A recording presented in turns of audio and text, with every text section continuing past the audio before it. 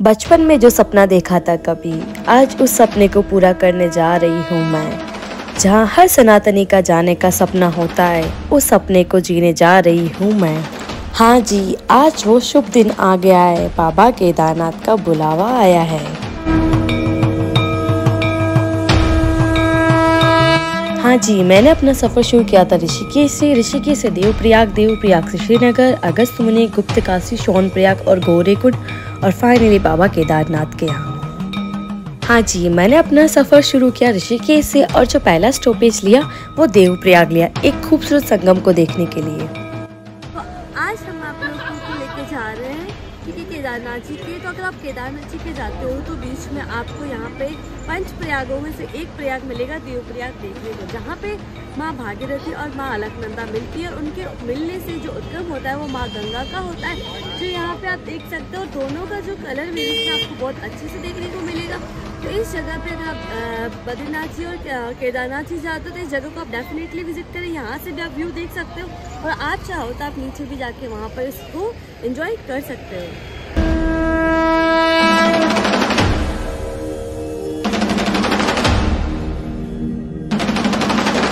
देखो, प्रयाग उस जगह को कहा जाता है जहाँ पे 2 नदियों का संगम होता है और देवप्रयाग में माँ अलकनंदा और माँ भागीरथी का संगम होता है और उनके संगम से माँ गंगा का उद्गम होता है। देवप्रयाग के संगम को देखने के बाद में मैं दोबारा निकल चुकी थी अपने मेन स्टॉपेज के लिए, वो था मेरा सोनप्रयाग। आप कोई भी रेंटेड बाइक, स्कूटी या कार जो भी लेते हो, आपको लास्ट में सोनप्रयाग पे ही उसको वहाँ पे जो टैक्सी स्टैंड है वहाँ पे आपको उसको रखना होता है और सोनप्रयाग से आपको टैक्सी लेके वहाँ की जो प्राइवेट टैक्सी होती है उसे लेके आप लोगों को गौरीकुंड पहुँचना होता है और आपका जो ट्रैक है वो गौरीकुंड से स्टार्ट होता है। सोनप्रयाग पहुंचने के बाद में मुझे वहां पर कुछ एक अद्भुत सा ही माहौल देखने को मिला, जिसे देख के मेरा तो दिल इतना खुश हुआ कि मैं आपको बता भी नहीं सकती।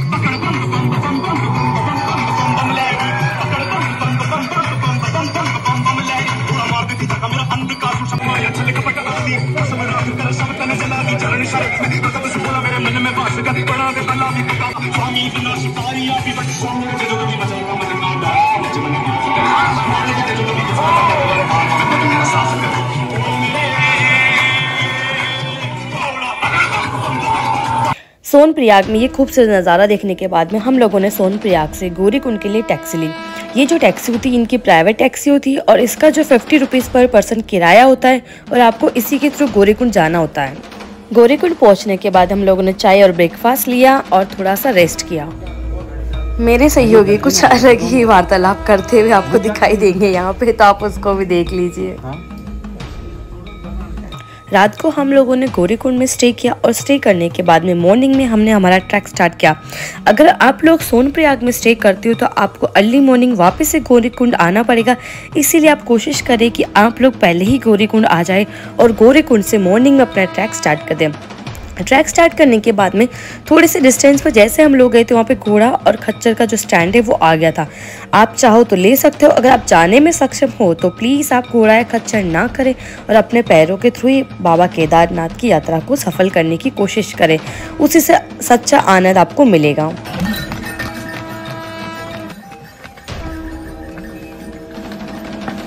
आप पैदल यात्रा कर सकते हो तो ही करें, नहीं तो कुछ अगर आप घोड़े और खच्चर में जाओगे तो कुछ ऐसा हादसा आपके साथ में वहाँ पर हो सकता है, तो इस चीज़ को ध्यान रखें। आपको पता है, आप बाबा केदारनाथ की यात्रा के दौरान आपको इतने अच्छे अच्छे झरने देखने को मिलेंगे ना, आप सोचो कि यार सच में स्वर्ग में मैं आ चुका हूँ और वो एक अलग ही फीलिंग होती जाएगी आप लोगों के लिए और आप उस मोटिवेशन के थ्रू बाबा केदारनाथ की यात्रा के लिए आगे बढ़ते चले जाओगे। क्या एक खूबसूरत नज़ारा है ना पहाड़ों के बीच।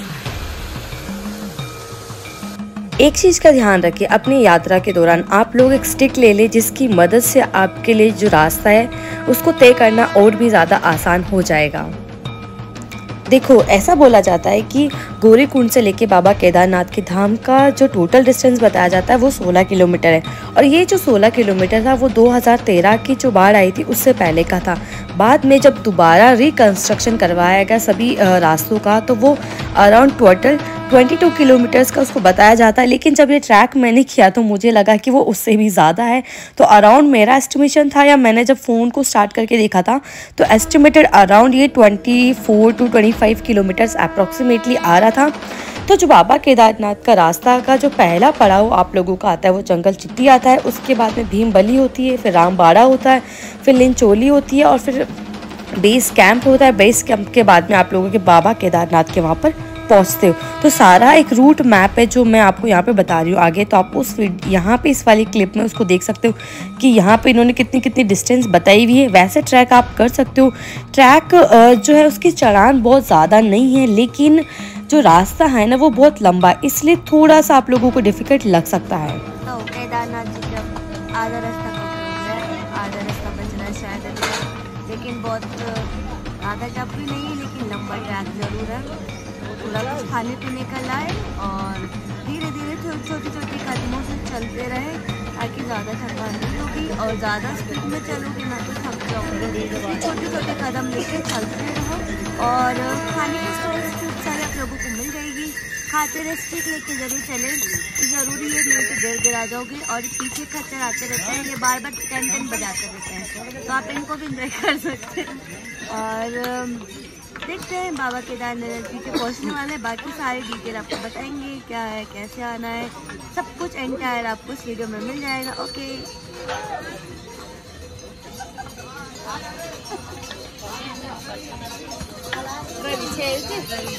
देखो अब बात कर लेते हैं कि आप बाबा केदारनाथ के किन किन तरीकों से पहुंच सकते हो। देखो फर्स्ट आपके पास में हेलीकॉप्टर, ठीक है, घोड़े के थ्रू जा सकते हो, पिट्ठू के थ्रू जा सकते हो, डोली के थ्रू जा सकते हो।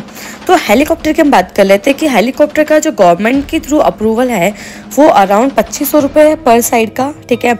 अगर आप घोड़े के थ्रू जाते हो तो 2500 रुपये लेके आपका अराउंड 3000 रुपये तक का वो आपका एक साइड का होगा, और पिट्ठू के थ्रू जाते हो तो भी आपका अराउंड 3000 समथिंग उसका होगा।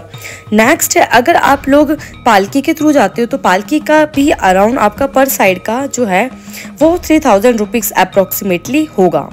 चढ़ान करने के बाद में रास्ते में हम लोगों ने फ्रूट्स वगैरह लिए ताकि एनर्जी बनी रहे और बाबा केदारनाथ के यहाँ पे पहुँचे।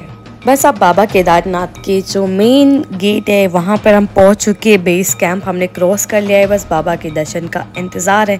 तो दर्शन के साथ में अब आपको आगे मिलते हैं।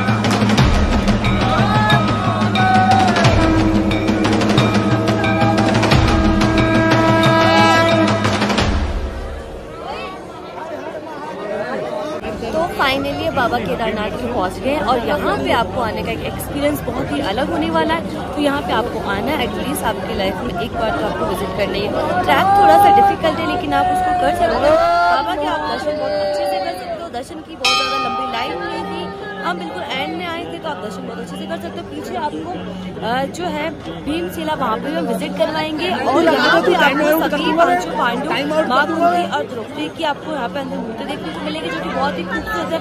और दर्शन करके आपको ऐसा प्रतीत होगा जैसा आप अलग ही उसमें आ चुके हो। तो वो शायद वो वर्ड्स में आपको मेरी फीलिंग्स में नहीं बता पाऊंगी यहाँ पर, लेकिन आपको एक बार यहाँ पे ज़रूर आना है, एटलीस्ट आपको विजिट करना ही करना है। आप चाहो तो यहाँ पे अलग अलग वे से आ सकते हो। वो बात हम बाबा केदारनाथ के इतने भव्य दर्शन करने के बाद में हम लोगों ने यहाँ की आरती अटेंड करी। आप लोगों को एक नाइट स्टे लेके आप यहाँ पे आरती अटेंड कर सकते हो।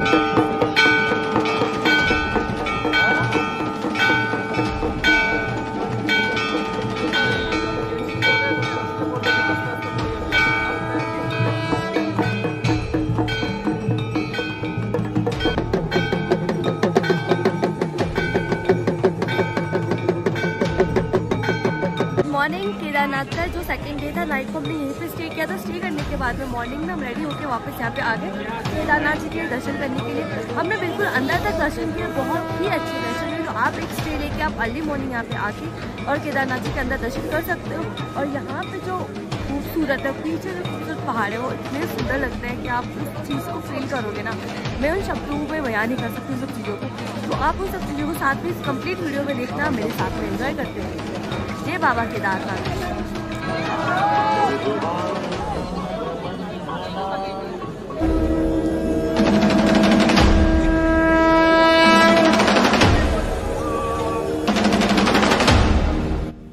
बाबा केदारनाथ के मंदिर का जो पूरा प्रांगण है उसके मैंने आपको अच्छे से दर्शन करवा दिए, तो आप वीडियो को देखते रहिए आगे। तो आपको मैंने मंदिर विजिट करवा दिया था। मंदिर विजिट करवाने के बाद में आपको पता होगा 2013 में जो पूरी बाढ़ आई थी, वहाँ पे पीछे मंदिर के पीछे बड़ी सी एक शिला आके गिर गई थी, उसका जो नाम उन्होंने भीमशिला के नाम से दिया था। और आज भी जो भीमशिला है वो बाबा केदारनाथ के पूरे प्रोटेक्शन का वो करती है। तो प्लीज आप इसको विजिट कीजिए। देखो, आज भी ऐसा माना जाता है कि जो भीमशिला है ना, वो बाबा केदारनाथ का पीछे की साइड से एक प्रोटेक्शन दे रही है, उनको प्रोवाइड कर रही है। वो मंदिर के पीछे की साइड में आपको इतने खूबसूरत बर्फीले पहाड़ नजर आएंगे, जिनको आप देखोगे तो आपका दिल इतना खुश हो जाएगा। ऐसा प्रतीत होगा कि भगवान भोलेनाथ आपके सामने साक्षात वहाँ पे पहाड़, बर्फीले पहाड़ों पर विराजमान है। तो इतना खूबसूरत व्यू है ना, जिसको मैं शायद शब्दों में डिस्क्राइब भी नहीं कर सकती हूँ। तो आप उसको डेफिनेटली आप बाबा केदारनाथ के आए और एक नाइट का स्टे करके आप यहाँ पे बाबा केदारनाथ की अगले दिन की आरती को अटेंड करें। पीछे की साइड ये जो मंदिर है और पीछे भीमशिला आपको नजर आ रही होगी। ये पूरा मंदिर का जो प्रांगण है वो आपको दिख रहा है। यहाँ पे काफी ऊंचे ऊंचे पहाड़ है और सब पे बर्फ जमा होना स्टार्ट हो गई है। मैं आई हूँ बिल्कुल आप लोगों को नवंबर के मिड के अंदर, तो उस टाइम ऐसा यहाँ पे जो है मौसम हो जाता है, ठंड बहुत ज्यादा हो जाती है, टेम्परेचर माइनस में चला जाता है। देखो, बाबा केदारनाथ के दर्शन करने के बाद में ऐसा माना जाता है कि ऊपर बाबा भैरव के दर्शन करना बहुत ही ज़्यादा ज़रूरी है। तो उसके बाद में मैं बाबा भैरवनाथ के दर्शन करने के लिए निकल पड़ी थी और वहाँ पे तो जाके जो मुझे शांति मिली ना, वो एक अलग ही थी। आप देखिए कितना ही सुंदर नज़ारा है यहाँ से।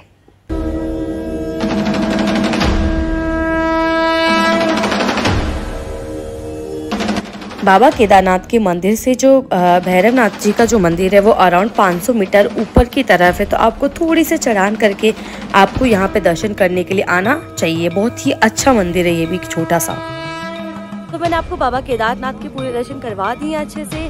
तो आप देख सकते हो यहाँ पे आने के बाद में इतना अच्छा प्रतीत होता है कि मैं आपको बता नहीं सकती। पीछे बर्फीले पहाड़ है, सामने की तरफ बाबा केदारनाथ का खूबसूरत सा मंदिर है और इस फीलिंग को शायद मैं शब्दों में डिस्क्राइब नहीं कर सकती हूँ। तो आप एक बार एटलीस्ट बाबा केदारनाथ के यहाँ पर आए और अच्छे से आके विजिट करें। So that is all about this video and thank you so much for watching this video and we will meet you in the next video and okay, bye bye, take care.